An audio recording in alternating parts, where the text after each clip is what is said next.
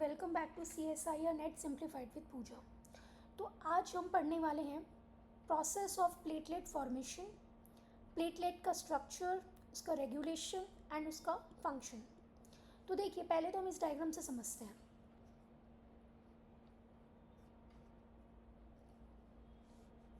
देखिए, इस डायग्राम से समझते हैं। तो देखिए, हर एक चीज़ ना पहले स्टार्ट होती है हमारी स्टेम सेल से। स्टेम सेल के पास पावर होती है कि वो बेसिकली डिफरेंट ब्लड सेल्स में वो कन्वर्ट हो सकते हैं यहाँ पे, ठीक है। तो जो स्टेम सेल है वो पहले हमारा बनाएगा CFU GMM। ये क्या है? एक कॉमन एंसेस्टर है सेवरल ब्लड सेल्स का। अभी प्लेटलेट की बात नहीं कर रहे हैं, अभी कुछ सेवरल ब्लड सेल्स का ये कॉमन एंसेस्टर है। इसी से ही अलग अलग ब्लड सेल्स हमारे बनेंगे। तो ये CFU GMM क्या होएगा? फर्दर चेंज होएगा BFU MK में। BFU MK क्या है हमारा? Burst forming unit mega karyocyte. ये CFU ये BFU MK फर्दर हमारा कन्वर्ट हो जाता है CFU MK में, जो कि है हमारा colony forming unit mega karyocyte. तो ये जो सेल्स हैं ना, बेसिकली ये ना अर्ली फॉर्म्स हैं, ठीक है। ये जो अर्ली फॉर्म्स हैं जो कि इवेंचुअली क्या बनाएंगे इवेंचुअली हमारे प्लेटलेट प्रोड्यूसिंग सेल्स में कन्वर्ट हो जाएंगे, या फिर हम प्लेटलेट प्रोड्यूसिंग सेल्स हमारे बनाएंगे। तो देखिए, CFU MK ने फर्दर किस चीज़ में कन्वर्ट हुआ, डेवलप हुआ प्रो मेगा कैरियोब्लास्ट में। अब ये प्रो मेगा कैरियोब्लास्ट क्या है, और ग्रो करना शुरू हो जाता है, बड़ा हो जाता है साइज़ में, और किस में कन्वर्ट हो जाता है? मेगा कैरियोब्लास्ट में। अब ये मेगा कैरियोब्लास्ट फर्दर मैच्योर होता है किस चीज़ में? प्रो मेगा कैरियोसाइट में। तो एक तरीके से ये जो प्रो मेगा कैरियोसाइट है, ये फुली डेवलप हो जाता है किसमें? मेगा कैरियोसाइट में। मेगा कैरियोसाइट क्या है? एक बहुत बड़ा लार्ज सेल है हमारी बोन मैरो के अंदर। तो ये सब जो प्रोसेस चल रहे हैं बोन मैरो के अंदर चल रहा है। अब ये मेगा कैरियोसाइट फर्दर एक्सटेंड करेगा छोटे ब्रांचेस में, जिन्हें बोलते हैं प्रो प्लेटलेट्स। यही प्रो प्लेटलेट्स हैं जो कि ब्रेक होंगे छोटे छोटे फ्रेगमेंट्स में, जिन्हें बोलेंगे हम प्लेटलेट्स। तो प्लेटलेट्स क्या हैं? Platelets are tiny cell pieces, ठीक है, जो कि ब्लीडिंग में स्टॉप करेंगे फर्दर जब ब्लड में जाके, और ब्लड क्लॉट्स बनाएंगे जब भी हमारी बॉडी में कट लगेगा। तो अभी जो स्टेज 4 है, यानी कि मेगा कैरियोसाइट से प्लेटलेट्स कैसे बनते हैं, अब हम ये इस डायग्राम की हेल्प से समझते हैं। तो देखिए, इस डायग्राम में दिखाया गया है वही जो हमारा यहाँ पे मेगा कैरियोसाइट है वो कैसे प्लेटलेट्स में कन्वर्ट हो रहा है। तो देखिए, ये पहला हमारा इमेच्योर मेगा कैरियोसाइट है। यहाँ पे क्या होएगा? ये इमेच्योर यंग मेगा कैरियोसाइट है, जो कि एक तरीके का बहुत बड़ा सेल है बोन मैरो के अंदर। इसके अंदर क्या है? सेंटर में न्यूक्लियस है, और फिर कुछ पार्टिकल्स हैं जो कि ग्रेन्यूल्स बोलेंगे, और ये फ्यूचर में ही हमारी प्लेटलेट्स के अंदर जाने वाले हैं, ठीक है। तो देखिए, अब ये हमारा मैच्योर होना शुरू हो जाएगा। इसमें क्या होएगा कि जो हमारा न्यूक्लियस होता है इसका, वो एंडोमाइटोसिस वो अंडरगो करेगा एंडोमाइटोसिस। मतलब कि वो अपने DNA को रेप्लिकेट करेगा बिना डिवाइड करे। रेप्लिकेट करता जाएगा, लेकिन डिवाइड नहीं करेगा, जिसकी वजह से सेल क्या होएगा? और भी बड़ा हो जाएगा और मल्टी न्यूक्लिएटेड हो जाएगा। मतलब उस एक सेल के अंदर बहुत सारे न्यूक्लियस हैं, ठीक है।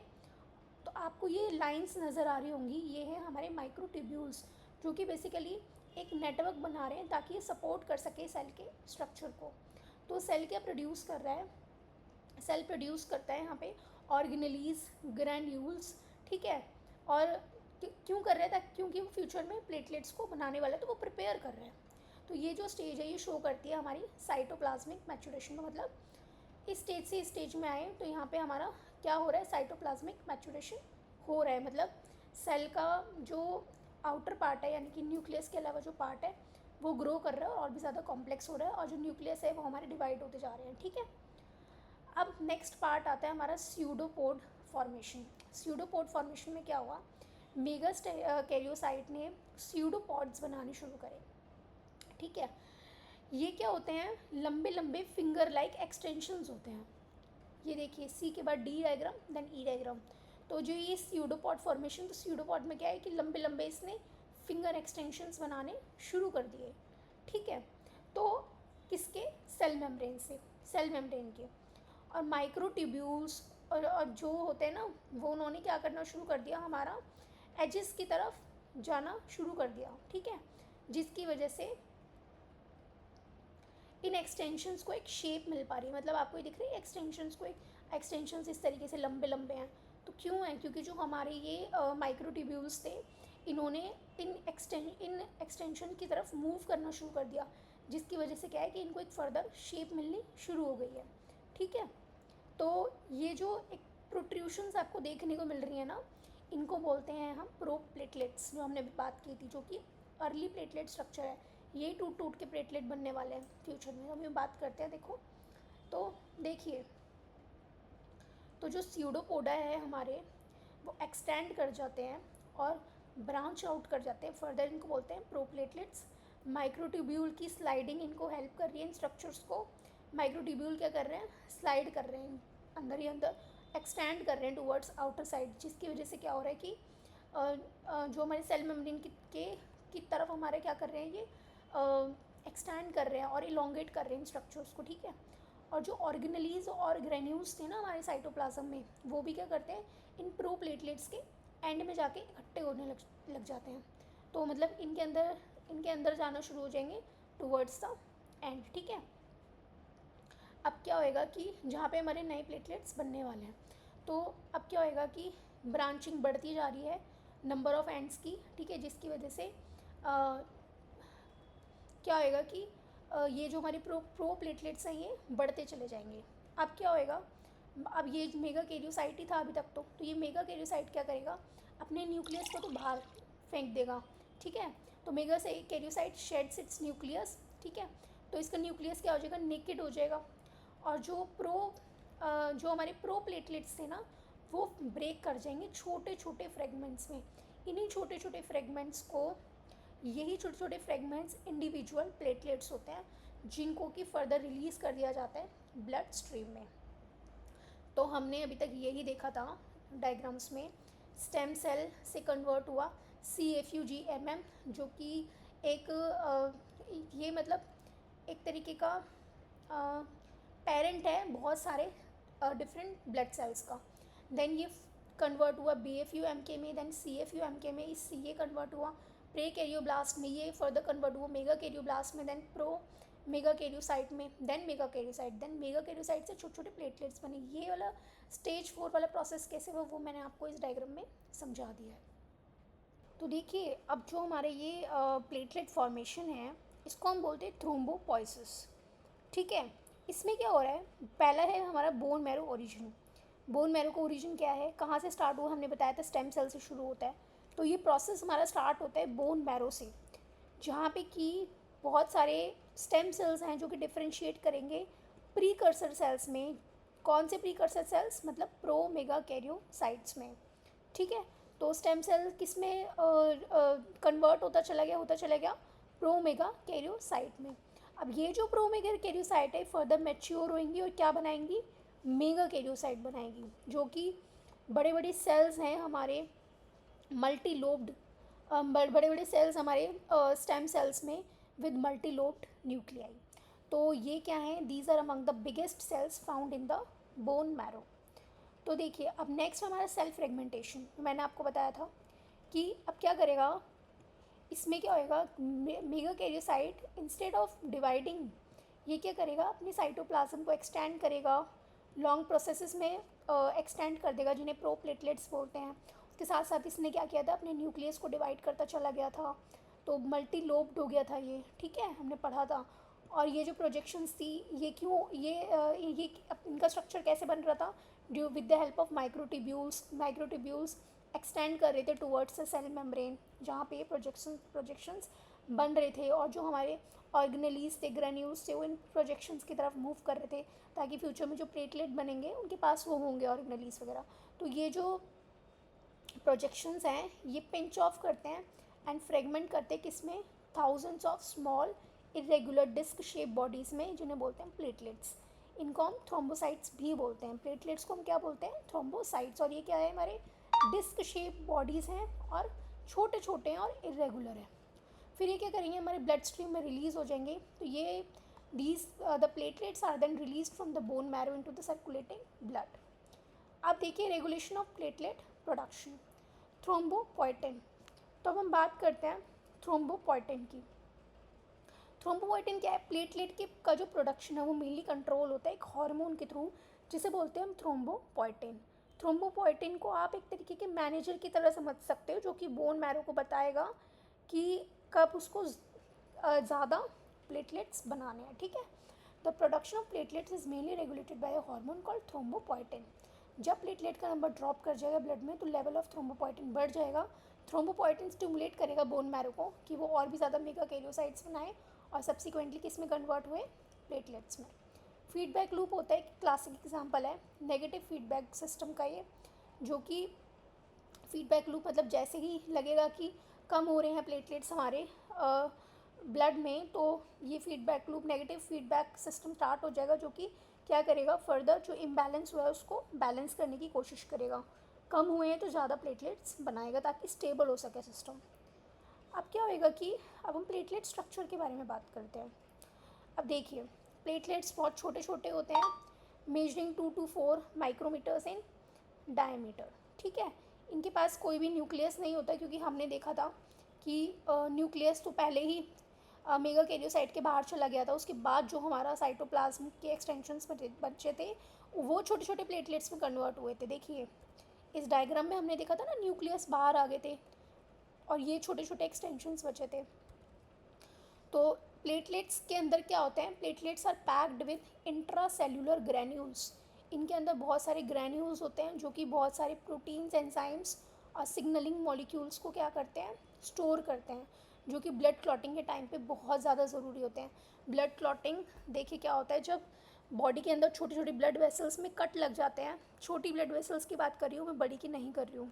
तो छोटी छोटी ब्लड वेसल्स में जब कट लग जाता है तो उस दौरान क्या होता है कि हमारी बॉडी का एक प्रोसेस स्टार्ट होता है, इनबिल्ट प्रोसेस, जिसे बोलते हैं हीमोस्टैसिस। इसमें क्या होएगा? प्लेटलेट्स रश कर जाएंगे वहाँ पर जहाँ पे हमारा कट लगा है और वहाँ पे जाके ये आपस में चिपकना शुरू हो जाते हैं और एक क्लॉट बनाते हैं। उसके साथ साथ कुछ क्लॉटिंग फैक्टर्स को रिलीज़ करने में सिग्नल करते हैं और वो क्लॉटिंग फैक्टर्स फिर वहाँ पे कैस्केड मैकेनिज्म के थ्रू फाइब्रिन बनाते हैं। और वो फाइब्रिन क्या करता है? प्लेटलेट्स जो हमारे एंट्रैप्ड क्लॉटेड प्लेटलेट्स थे, जो कि एक टेम्प्रेरी प्लग था, उसके आसपास वीव करना शुरू कर देगा और एक परमानेंट क्लॉट में उसको कन्वर्ट कर देता है, जिसकी वजह से ब्लड वेसल्स हमारी रिपेयर होनी, जो ब्लड वेसल्स का जो रिपेयरिंग प्रोसेस है उसको एक टाइम मिल जाता है, हीलिंग होने में टाइम मिल जाता है कि हाँ अब हम हील कर सकते हैं, क्योंकि ब्लड लॉस रुक गया है उस जगह पे। इनका लाइफ स्पैन क्या होता है? लाइफ स्पैन है इनका 7 to 10 डेज़। ब्लड स्ट्रीम के अंदर 7 से 10 दिन रहेंगे ये। पुराने और नॉन फंक्शनल प्लेटलेट्स को रिमूव करा जाता है स्प्लीन और लिवर के थ्रू। यहाँ पे स्प्लीन और लिवर में इनका रिमूवल होता है। प्लेटलेट की फंक्शन और एक्टिवेशन की अगर हम बात करते हैं तो देखिए एक मिनट, ओके।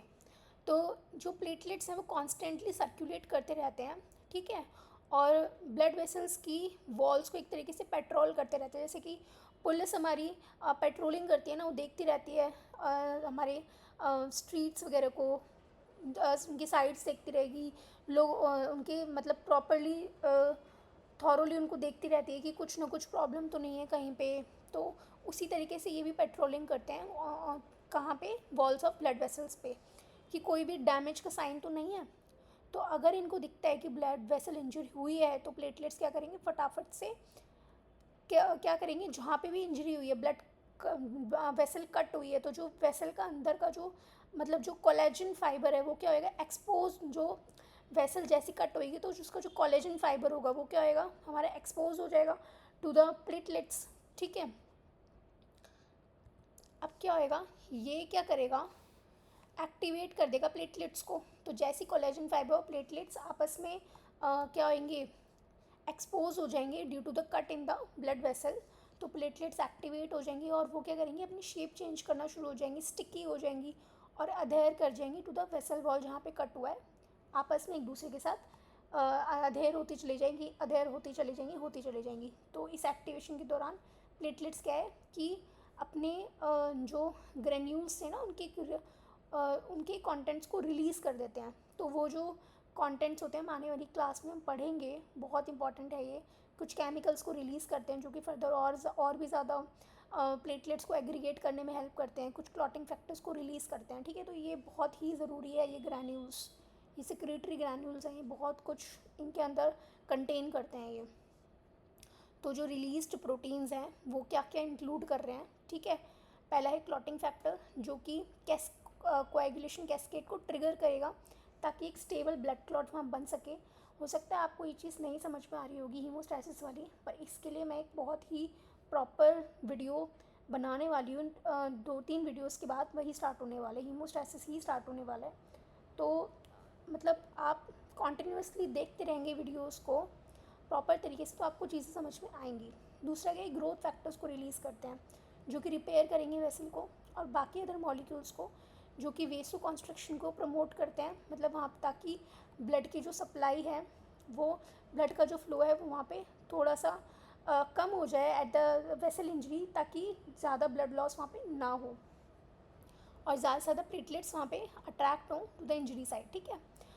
फिर क्लॉट फॉर्मेशन, तो ये जो एक्शंस हैं ये फर्दर लीड करते हैं किसको, एक्यूमुलेशन ऑफ प्लेटलेट्स को, मतलब प्लेटलेट प्लग बना देंगे उस इंजरी साइड पे, और क्या होएगा, एक थ्रोम्बस यानी कि ब्लड क्लॉट, फिर उस टेम्परेरी प्लग के आसपास फाइब्रिन वीव होना शुरू हो जाएगा, तो एक वो प्रॉपर ब्लड क्लॉट बना देगा जिसे बोलते हैं थ्रोम्बस, जो कि फर्दर ब्लीडिंग को स्टॉप करेगा और हीलिंग के प्रोसेस को स्टार्ट करेगा, ठीक है। तो हमने ये डायग्राम, ये आप टेबल देख पढ़ सकते हैं, इसमें वही है कि कहाँ से ओरिजिन हुआ है, तो प्रो मेगा कैरियोसाइट से मेगा कैरियोसाइट बने थे, वहाँ से प्लेटलेट्स बने थे। आप इस डायग्राम में देख सकते हो, प्रो मेगा कैरियोसाइट से मेगा कैरियोसाइट से प्लेटलेट्स।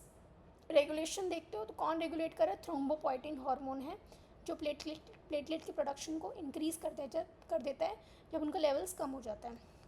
स्ट्रक्चर की बात करें तो ये छोटे छोटे 2 to 4 माइक्रोमीटर होते हैं, कोई न्यूक्लियस नहीं है, हमने पढ़ा था, क्योंकि जो हमारे मेगाकैरियोसाइट है उससे बाहर चला गया था न्यूक्लियस जब प्लेटलेट्स बननी शुरू होनी थी ना, जब सेल मेम्ब्रेन उसकी स्प्लिट होनी शुरू हुई थी, तो उस दौरान न्यूक्लियस को बाहर फेंक दिया था, और इसके अंदर बहुत सारे ग्रेन्यूल्स होते हैं और क्लॉटिंग प्रोटीन्स होते हैं।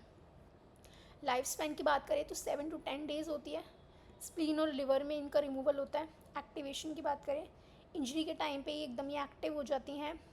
ये क्या करती हैं, जैसी इंजरी हुई, कट लगा, कोलेजन एक्सपोज हो जाता है, तो प्लेटलेट्स जाके कोलेजन से चिपकना शुरू हो जाते हैं, तो उस एरिया में फिर प्लेटलेट से चिपकते चले जाते हैं। उनके अंदर जो ग्रेन्यूल्स थे वो रिलीज़ करते हैं कुछ ऐसे प्रोटीन्स जो कि फर्दर ब्लड क्लॉट को बनाने में, वेसल रिपेयर को करने में हेल्प करते हैं। प्लेटलेट्स बहुत ज़रूरी हैं ब्लड क्लॉटिंग के लिए, वेसल के रिपेयर के लिए। ये प्रोड्यूस होते हैं कहाँ से, मेगा कैरियोसाइट्स से। कहाँ पर, बोन मैरो में। रेगुलेट कौन कर रहा है, थ्रोम्बोपोइटिन रेगुलेट कर रहा है। रिलीज़ कैसे हो रहे हैं, छोटे छोटे ग्रैन्यूल फिल्ड फ्रेगमेंट्स की फॉर्म में। सर्कुलेट कहाँ पे कर रहे हैं, ब्लड स्ट्रीम में। और ये एक्टिव रहते हैं, एक्टिवेट कब करते हैं, जब इनको इंजरी का रिस्पॉन्स आएगा कि इंजरी हुई है कहीं पे, फटाफट से एक्टिवेट हो जाते हैं और क्लॉटिंग में हेल्प करते हैं, प्रमोट करते हैं हीलिंग को।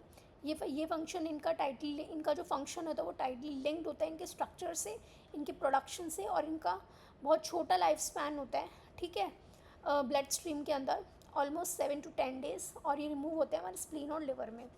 तो अब ना ये एक फ्लो चार्ट है, इसको और आप अच्छे से देख लीजिए। ये वही सेम चीज़ है जो मैंने अभी पहले आपको पिछले डायग्राम्स में समझाई थी, या अभी तक जितना समझाया है सेम वही चीज़ है, दूसरे तरीके से दिखाई गई है, देख लीजिए आप ये भी। सी, हमारी सारी चीज़ स्टार्ट हो रही है स्टेम सेल से, जो कि मल्टीपोटेंट हिमेटोपोइटिक स्टेम सेल है। तो ये क्या है, बेसिकली एक स्टार्टिंग सेल है जो कि बोन मैरो में है। ये किसी भी तरीके के ब्लड सेल को बना सकता है, आरबीसी को, डब्ल्यूबीसी को, प्लेटलेट्स को, किसी को भी बना सकता है। ये कन्वर्ट हुआ हमारा कॉमन मॉयलेट प्रोजेनिटर में, वही हमने जैसे पढ़े थे ना, कॉमन इंसेस्टर सेल्स थे, फिर बाद में जाके हमारा क्या बना था, मेगा कैरियोब्लास्ट बना था। तो पहले हमारा क्या है, कॉमन माइलॉइड प्रोजेनिटर है। तो ये भी ये क्या होएगा, ये सेल अलग अलग ब्लड सेल्स को बना सकता है, ठीक है, इंक्लूडिंग मेगा कैरियोसाइट्स को भी बना सकता है, जो कि फर्दर प्लेटलेट्स को बनाएंगे। फिर ये हमारा कन्वर्ट होगा मेगा कैरियोसाइट इराइथ्रोसाइट प्रोजेनिटर में। ये क्या है, ये सेल या तो मेगा कैरियोसाइट्स बनाएगा या रेड ब्लड सेल्स बनाएगा। ये डिसीजन डिपेंड करेगा डेवलपमेंटल प्रोसेस में। अगर प्लेटलेट्स का फॉर्मेशन चल रहा है तो हमारा क्या बनाएगा, मेगा कैरियोसाइट बनाएगा। देन हमारा आएगा मेगा कैरियोसाइट MK1। ये फर्स्ट ट्रू सेल है हमारी प्लेटलेट मेकिंग लाइन में। मतलब सेल क्या करेगा, ग्रो करता जाएगा और प्रिपेयर करेगा मेगा कैरियोसाइट बनाने के लिए। देन हम यहाँ पे megakaryoblast, then pro mega karyocyte, then megakaryocyte आप इस डायग्राम में भी देख सकते हैं।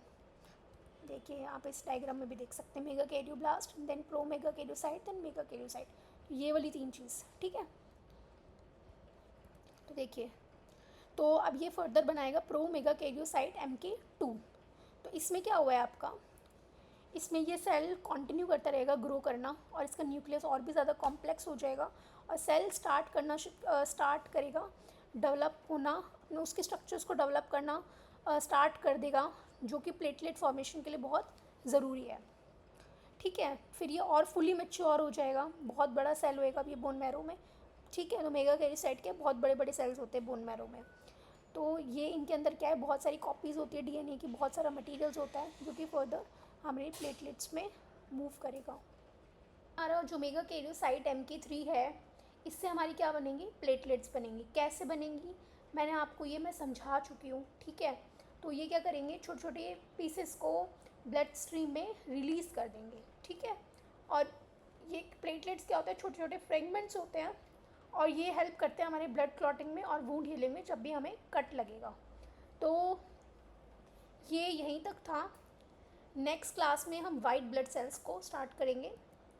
तो अगर आपको वीडियो पसंद आई हो then please like share and subscribe, and thank you for watching.